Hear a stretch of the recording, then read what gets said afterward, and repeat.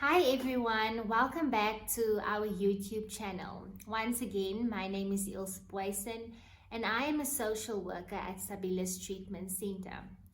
Today, I would like to discuss with you the importance of a relapse prevention plan. We all know that recovery is not the easiest journey, but it's definitely worth it. Well, you might want to know, or you might wonder, what is a relapse prevention plan?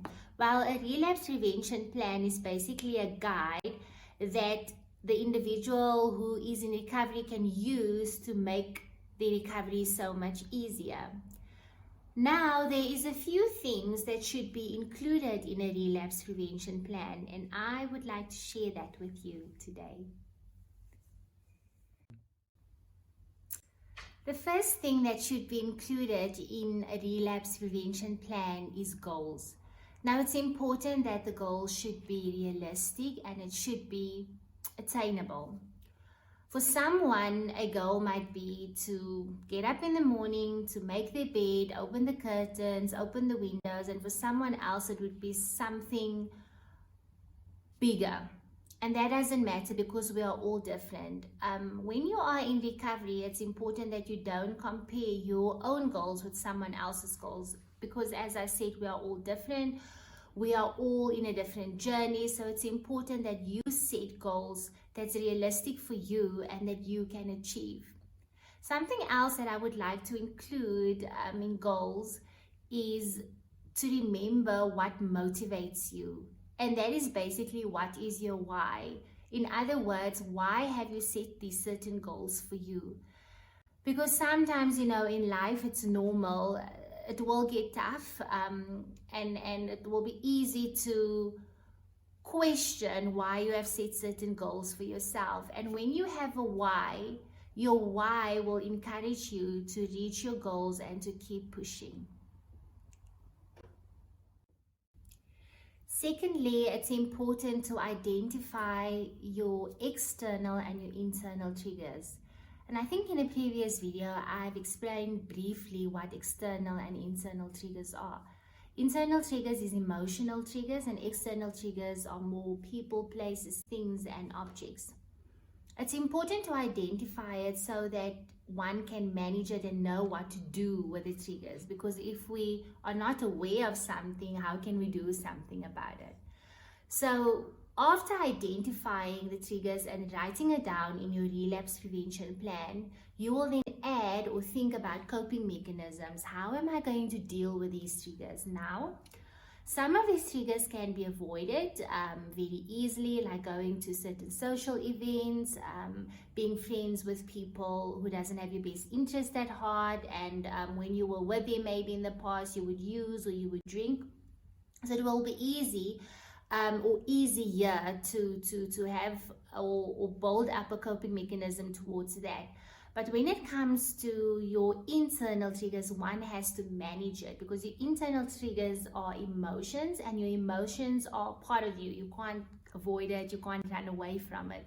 So it's important then, as I said, just in summary, to identify your triggers and then also, secondly, to identify how are you going to cope with the triggers. Are you going to avoid it, number one, which is possible more with your external triggers, or are you going to manage it or confront it in a certain way, which will be more your internal triggers? Thirdly, what you would have to include in your relapse prevention plan would be self-care approaches or self-care methods. Now, self-care is very broad. It can mean different things to different people. It doesn't have to be something luxurious. It can just be, to have some quiet time in the morning, 5 minutes in the morning to just do some self-reflection and introspection. It can be taking a lovely bath with candles. It can be maybe to socialize with friends more. It can be to physically take care of yourself in a better way than in the past. Because let's face it, with addiction, the substance of choice becomes the priority and nothing else matters. And then let's look also at more emotional self-care approaches, which is Things like conflict management, stress management, setting healthy boundaries for yourself. For example, saying no to certain things that doesn't make you feel good or that doesn't contribute to your recovery process. And now lastly, I would like to speak about support and accountability, which is actually separate terms, and it should be included in your relapse prevention plan. Let's look at support first. Now, support is a little bit different from accountability. It's important to have a good support structure or system in place. For example, like your therapist or a support group or a friend or a family member. And support, basically, how it's different from accountability. With support, there's boundaries. So someone who is supportive on your journey of recovery might tell you, listen, please don't call me in the middle of the night, 3 o'clock, when I need to come and fetch you at the pub or wherever you might find yourself. I will support you, but you need to take responsibility for your recovery. Whereas accountability is something different. Accountability, firstly, it can't just happen. It must be a conversation that you have with the individual who you would like to keep you accountable, and you should ask their permission, because it's a huge commitment, an emotional commitment and a time commitment for them as well. So accountability, I almost want to say it's more without boundaries. An example would be if you have a sponsor and you are in trouble, you can call your sponsor any time of the day, regardless of where you are, what is happening, and they would basically come to your rescue to assist you. Now, that is more accountability. And accountability is also, someone who, I don't want to say control you, but monitors you closely, whereas support can happen more from a distance. But both these specific roles are so important, because you would, in your journey of recovery, you would need a cheerleader, which is someone who would support you and tell you that you can do it. And then you need someone who is accountable for you, someone that can call you out when you are going astray and really have honest conversations with you.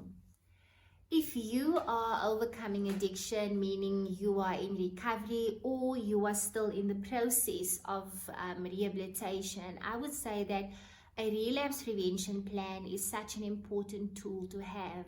You can literally put it down on paper. You can, put it where you can see it, and it's a way of always going back to the drawing board if things get a little bit tight or difficult. And if you are watching and you are a family member or maybe a therapist or accountability partner, or in any way you are of support to someone who is in recovery or struggling with addiction, this is something that you can also help them with. And it's important to communicate with each other if you are of support or of accountability to the person in recovery, to talk about this together. There is a good saying that I apply in my life, and I think that's very important, that someone that played a significant role in my life once said, people support what they help to create.